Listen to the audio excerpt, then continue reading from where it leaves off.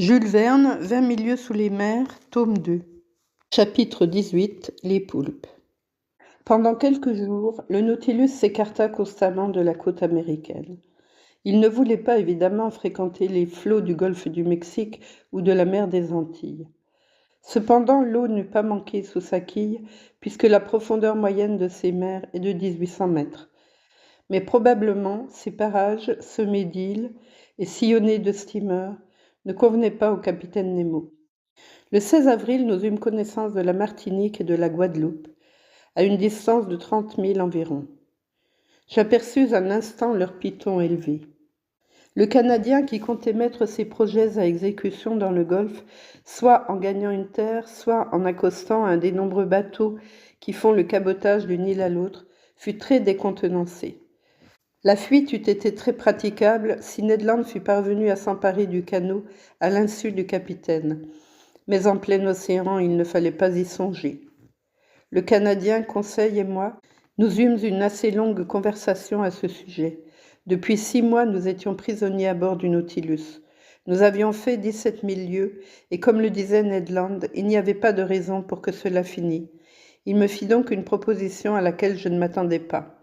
Ce fut de poser catégoriquement cette question au capitaine Nemo. Le capitaine comptait-il nous garder indéfiniment à bord ? Une semblable démarche me répugnait. Suivant moi, elle ne pouvait aboutir. Il ne fallait rien espérer du commandant du Nautilus, mais tout de nous seuls. D'ailleurs, depuis quelque temps, cet homme devenait plus sombre, plus retiré, moins sociable. Il paraissait m'éviter. Je ne le rencontrais qu'à de rares intervalles. Autrefois, il se plaisait à m'expliquer les merveilles sous-marines. Maintenant, il m'abandonnait à mes études et ne venait plus au salon. Quel changement s'était opéré en lui ? Pour quelle cause ? Je n'avais rien à me reprocher. Peut-être notre présence à bord lui pesait-elle. Cependant, je ne devais pas espérer qu'il fût homme à nous rendre la liberté. Je priai donc Ned de me laisser réfléchir avant d'agir. Si cette démarche n'obtenait aucun résultat, elle pouvait raviver ses soupçons, rendre notre situation pénible et nuire au projet du Canadien. J'ajouterai que je ne pouvais en aucune façon arguer de notre santé. Si l'on accepte la rude épreuve de la banquise du pôle Sud, nous ne nous étions jamais mieux portés, ni Ned, ni Conseil, ni moi. Cette nourriture saine, cette atmosphère salubre, cette régularité d'existence, cette uniformité de température ne donnaient pas prise aux maladies, et pour un homme auquel les souvenirs de la terre ne laissaient aucun regret, pour un capitaine Nemo qui est chez lui, qui va où il veut, qui par des voies mystérieuses pour les autres, non pour lui-même, marche à son but, je comprenais une telle existence. Mais nous n'avions pas rompu avec l'humanité. Pour mon compte, je ne voulais pas ensevelir avec moi mes études si curieuses et si nouvelles. J'avais maintenant le droit d'écrire le vrai livre de la mer, et ce livre, je voulais que plus tôt que plus tard, il pût voir le jour. Là encore, dans ces eaux des Antilles, à 10 mètres au-dessous de la surface des flots, par les panneaux ouverts, que de produits intéressants j'eus à signaler sur mes notes quotidiennes. C'étaient, entre autres zoophytes, des galères connues sous le nom de physalie pélagiques, sortes de grosses vessies oblongues, à reflets nacrés, tendant leurs membranes au vent et laissant flotter leurs tentacules bleus comme des fils de soie, charmantes méduses à l'œil, véritables orties au toucher qui distillent un liquide corrosif. C'étaient parmi les articulés des annéliers de long d'1,5 mètre, armés d'une trompe rose et pourvus de 1700 organes locomoteurs qui serpentaient sous les eaux et jetaient en passant toutes les lueurs du spectre solaire. C'étaient dans l'embranchement des poissons des raies molubars, énormes cartilagineux, longs de 10 pieds et pesant 600 livres, la nageoire pectorale triangulaire, le milieu du dos un peu bombé, les yeux fixés aux extrémités de la face antérieure de la tête, et qui, flottant comme une épave de navire, s'appliquait parfois comme un opaque volet sur notre vitre. C'étaient des balistes américains, pour lesquels la nature n'a broyé que du blanc et du noir, des gobies plumiers allongés et charnus, aux nageoires jaunes, à la mâchoire proéminente, des scombres de 16 décimètres, à dents courtes et aiguës, couverts de petites écailles appartenant à l'espèce des albicores. Puis, par nuées, apparaissaient des surmulets, corsetés de raies d'or de la tête à la queue, agitant leurs resplendissantes nageoires. Véritables chefs-d'œuvre de bijouterie, consacrés autrefois à Diane, particulièrement recherchés des riches romains et dont le proverbe disait « Ne les mange pas qui les prend ». Enfin, des pomacantes dorées, ornées de bandelettes émeraudes, habillés de velours et de soie, passaient devant nos yeux comme des seigneurs de Véronèse. Des spares éperonnés se dérobaient sous leurs rapides nageoires thoracines. Des clupanodons de 15 pouces s'enveloppaient de leurs lueurs phosphorescentes. Des muches battaient la mer de leurs grosses queues charnues. Des corégones rouges semblaient faucher les flots avec leurs pectorales tranchantes, et des sélènes argentées, dignes de leur nom, se levaient sur l'horizon des eaux comme autant de lunes aux reflets blanchâtres. Que d'autres échantillons merveilleux et nouveaux j'eusse encore observés, si le Nautilus ne se fût peu à peu abaissé vers les couches profondes. Ses plans inclinés l'entraînèrent jusqu'à des fonds de 2000 et 3500 mètres.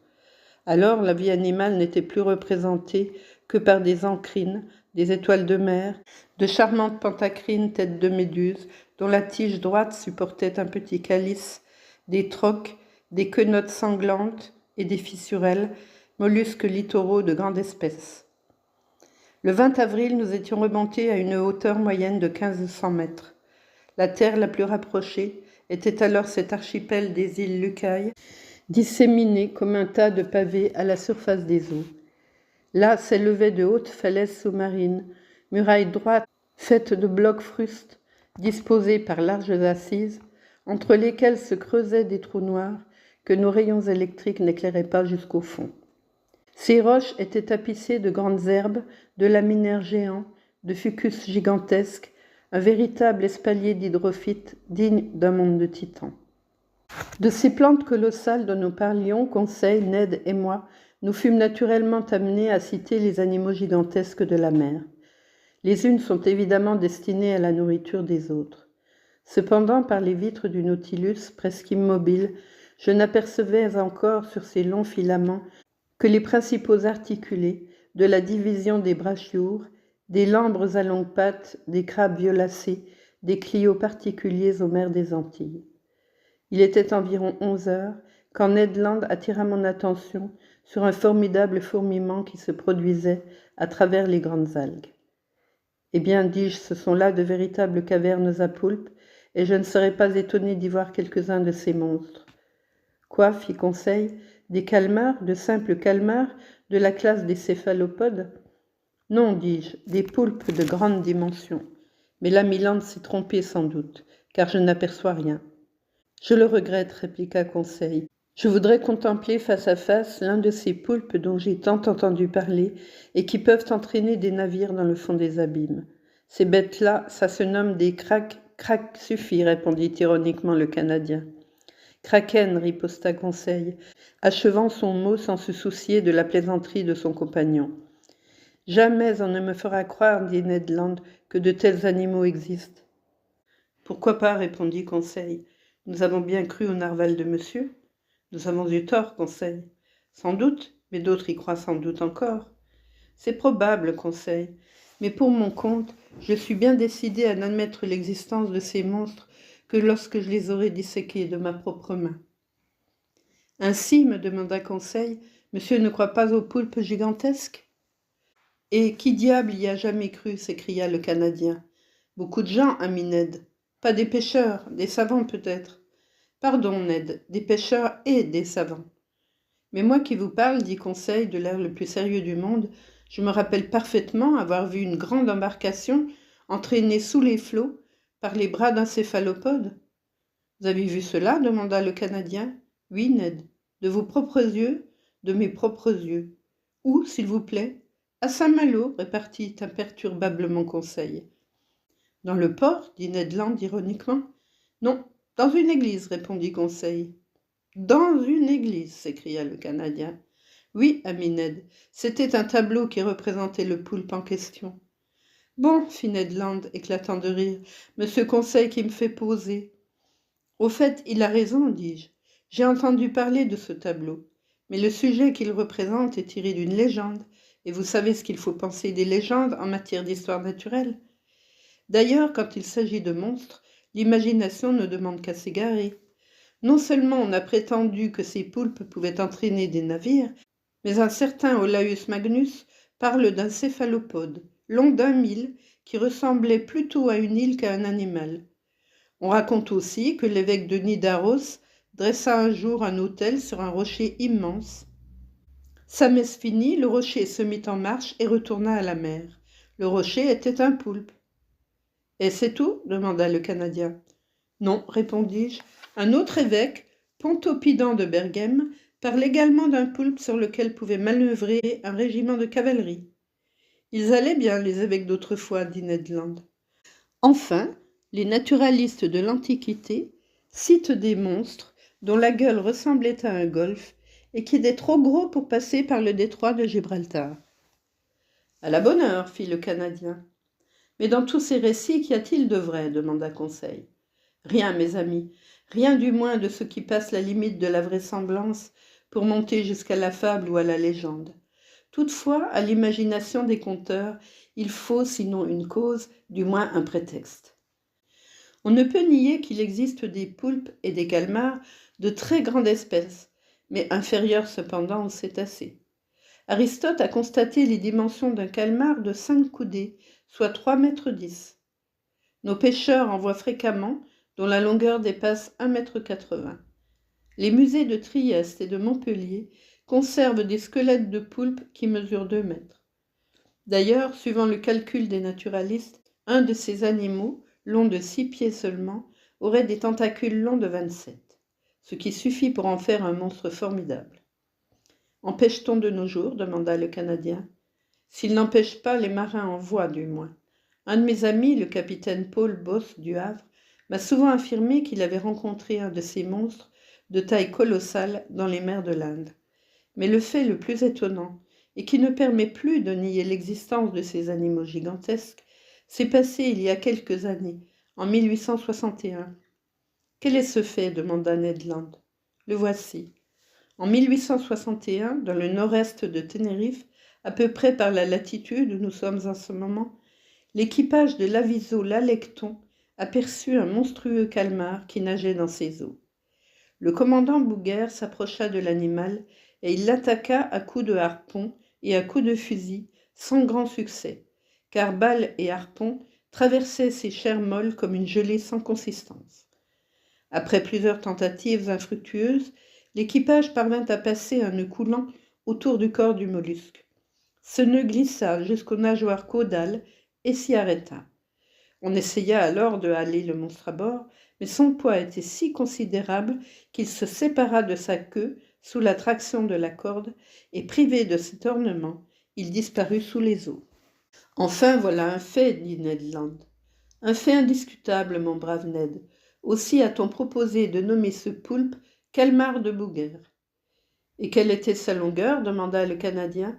« Ne mesurait-il pas 6 mètres environ ?» dit Conseil, qui, posté à la vitre, examinait de nouveau les anfractuosités de la falaise. « Précisément, répondis-je. »« Sa tête, reprit Conseil, n'était-elle pas couronnée de 8 tentacules qui s'agitaient sur l'eau comme une nichée de serpent ? » ?»« Précisément. »« Ses yeux, placés à fleur de tête, n'avaient-ils pas un développement considérable ? » ?»« Oui, Conseil. »« Et sa bouche n'était-ce pas un véritable bec de perroquet, mais un bec formidable ? » ?»« En effet, Conseil. »« Eh bien, n'en déplaise à monsieur, répondit tranquillement Conseil, si ce n'est pas le calmar de Bouguer, voici du moins un de ses frères. Je regardai Conseil. Ned Land se précipita vers la vitre. « L'épouvantable bête !» s'écria-t-il. Je regardai à mon tour, et je ne pus réprimer un mouvement de répulsion. Devant mes yeux s'agitait un monstre horrible, digne de figurer dans les légendes tératologiques. C'était un calmar de dimension colossale, ayant 8 mètres de longueur. Il marchait à reculons avec une extrême vélocité dans la direction du Nautilus. Il regardait de ses énormes yeux fixes à teinte glauque. Ses 8 bras, ou plutôt ses 8 pieds, implantés sur sa tête, qui ont valu à ces animaux le nom de céphalopodes, avait un développement double de son corps et se tordait comme la chevelure des furies. On voyait distinctement les 250 ventouses disposées sur la face interne des tentacules sous forme de capsules semi-sphériques. Parfois, ces ventouses s'appliquaient sur la vitre du salon en y faisant le vide. La bouche de ce monstre, un bec de corne fait comme le bec d'un perroquet, s'ouvrait et se refermait verticalement. Sa langue, substance cornée, armée elle-même de plusieurs rangées de dents aiguës, sortait en frémissant de cette véritable cisaille. Quelle fantaisie de la nature! Un bec d'oiseau à un mollusque. Son corps, fusiforme et renflé dans sa partie moyenne, formait une masse charnue qui devait peser 20 à 25 000 kg. Sa couleur inconstante, changeant avec une extrême rapidité, suivant l'irritation de l'animal, passait successivement du gris livide au brun rougeâtre. De quoi s'irritait ce mollusque? Sans doute de la présence de ce Nautilus, plus formidable que lui, et sur lequel ses bras suceurs ou ses mandibules n'avaient aucune prise. Et cependant, quel monstre que ces poulpes, quelle vitalité le Créateur leur a départie, quelle vigueur dans leurs mouvements, puisqu'ils possèdent 3 cœurs. Le hasard nous avait mis en présence de ce calmar, et je ne voulus pas laisser perdre l'occasion d'étudier soigneusement cet échantillon des céphalopodes. Je surmontai l'horreur que m'inspirait son aspect, et prenant un crayon, je commençai à le dessiner. « C'est peut-être le même que celui de l'Alecton, dit Conseil. »« Non, répondit le Canadien, puisque celui-ci est entier et que l'autre a perdu sa queue. »« Ce ne serait pas une raison, répondis-je. Les bras et la queue de ces animaux se reforment par raie d'intégration, et depuis 7 ans, la queue du calmar de Bouguer a sans doute eu le temps de repousser. » D'ailleurs, riposta Ned, si ce n'est pas celui-ci, c'est peut-être un de ceux-là. En effet, d'autres poulpes apparaissaient à la vitre de tribord. J'en comptai 7. Ils faisaient cortège au Nautilus, et j'entendais les grincements de leurs becs sur la coque de tôle. Nous étions servis à souhait. Je continuai mon travail. Ces monstres se maintenaient dans nos eaux avec une telle précision qu'ils semblaient immobiles, et j'aurais pu les décalquer en raccourci sur la vitre. D'ailleurs, nous marchions sous une allure modérée. Tout à coup, le Nautilus s'arrêta. Un choc le fit tressaillir dans toute sa membrure. « Est-ce que nous avons touché ?» demandai-je. « En tout cas, répondit le Canadien, nous serions déjà dégagés car nous flottons. » Le Nautilus flottait sans doute, mais il ne marchait plus. Les branches de son hélice ne battaient pas les flots. 1 minute se passa. Le capitaine Nemo, suivi de son second, entra dans le salon. Je ne l'avais pas vu depuis quelque temps. Il me parut sombre. Sans nous parler, sans nous voir peut-être, il alla au panneau, regarda les poulpes et dit quelques mots à son second. Celui-ci sortit. Bientôt les panneaux se refermèrent. Le plafond s'illumina. J'allai vers le capitaine. « Une curieuse collection de poulpes, lui dis-je, du ton dégagé que prendrait un amateur devant le cristal d'un aquarium. » « En effet, monsieur le naturaliste, me répondit-il, et nous allons les combattre corps à corps. » Je regardai le capitaine. Je croyais n'avoir pas bien entendu. « Corps à corps ?» répétai-je. « Oui, monsieur. » L'hélice s'est arrêtée. Je pense que les mandibules cornées de l'un de ces calmars se sont engagées dans ses branches, ce qui nous empêche de marcher. « Et qu'allez-vous faire ? » Remonter à la surface et massacrer toute cette vermine. Entreprise difficile. En effet, les bases électriques sont impuissantes contre ces chairs molles où elles ne trouvent pas assez de résistance pour éclater. Mais nous les attaquerons à la hache. « Et au harpon, monsieur, dit le Canadien, si vous ne refusez pas mon aide. »« Je l'accepte, maître Land. »« Nous vous accompagnerons, dis-je, et suivant le capitaine Nemo, nous nous dirigeâmes vers l'escalier central. Là, une dizaine d'hommes, armés de haches d'abordage, se tenaient prêts à l'attaque. Conseil et moi, nous prîmes 2 haches. Ned Land saisit un harpon. Le Nautilus était alors revenu à la surface des flots. Un des marins, placé sur les derniers échelons, dévissait les boulons du panneau. Mais les écrous étaient à peine dégagés que le panneau se releva avec une violence extrême, évidemment tiré par la ventouse d'un bras de poulpe. Aussitôt, un de ses longs bras se glissa comme un serpent par l'ouverture, et 20 autres s'agitèrent au-dessus. D'un coup de hache, le capitaine Nemo coupa ce formidable tentacule qui glissa sur les échelons en se tordant. Au moment où nous nous pressions les uns sur les autres pour atteindre la plateforme, 2 autres bras, cinglant l'air, s'abattirent sur le marin placé devant le capitaine Nemo et l'enlevèrent avec une violence irrésistible. Le capitaine Nemo poussa un cri et s'élança au dehors. Nous nous étions précipités à sa suite. Quelle scène! Le malheureux, saisi par le tentacule et collé à ses ventouses, était balancé dans l'air au caprice de cette énorme trompe. Il râlait, il étouffait, il criait « À moi, à moi !» Ces mots, prononcés en français, me causèrent une profonde stupeur. J'avais donc un compatriote à bord, plusieurs peut-être. Cet appel déchirant, je l'entendrai toute ma vie. L'infortuné était perdu. Qui pouvait l'arracher à cette puissante étreinte? Cependant, le capitaine Nemo s'était précipité sur le poulpe et d'un coup de hache, il lui avait encore abattu un bras.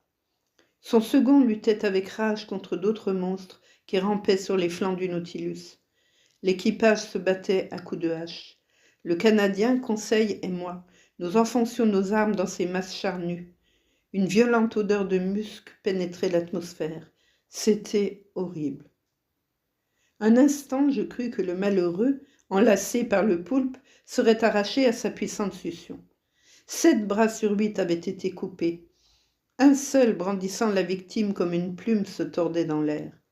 Mais au moment où le capitaine Nemo et son second se précipitaient sur lui, l'animal lança une colonne d'un liquide noirâtre, sécrété par une bourse située dans son abdomen. Nous en fûmes aveuglés. Quand ce nuage se fut dissipé, le calmar avait disparu, et avec lui mon infortuné compatriote. Quelle rage nous poussa alors contre ces monstres. On ne se possédait plus. 10 ou 12 poulpes avaient envahi la plateforme et les flancs du Nautilus. Nous roulions pêle-mêle au milieu de ces tronçons de serpents qui tressautaient sur la plateforme dans des flots de sang et d'encre noire. Il semblait que ces visqueux tentacules renaissaient comme les têtes de l'hydre. Le harpon de Ned Land, à chaque coup, se plongeait dans les yeux glauques des calmars et les crevait. Mais mon audacieux compagnon fut soudain renversé par les tentacules d'un monstre qu'il n'avait pu éviter. Ah, comment mon cœur ne s'est-il pas brisé d'émotion et d'horreur! Le formidable bec du calmar s'était ouvert sur Ned Land. Ce malheureux allait être coupé en 2. Je me précipitai à son secours, mais le capitaine Nemo m'avait devancé. Sa hache disparut entre les 2 énormes mandibules et miraculeusement sauvé, le Canadien se relevant, plongea son harpon tout entier jusqu'au triple cœur du poulpe. Je me devais cette revanche, dit le capitaine Nemo au Canadien. Ned s'inclina sans lui répondre. Ce combat avait duré un quart d'heure. Les monstres vaincus, mutilés, frappés à mort, nous laissèrent enfin place et disparurent sous les flots.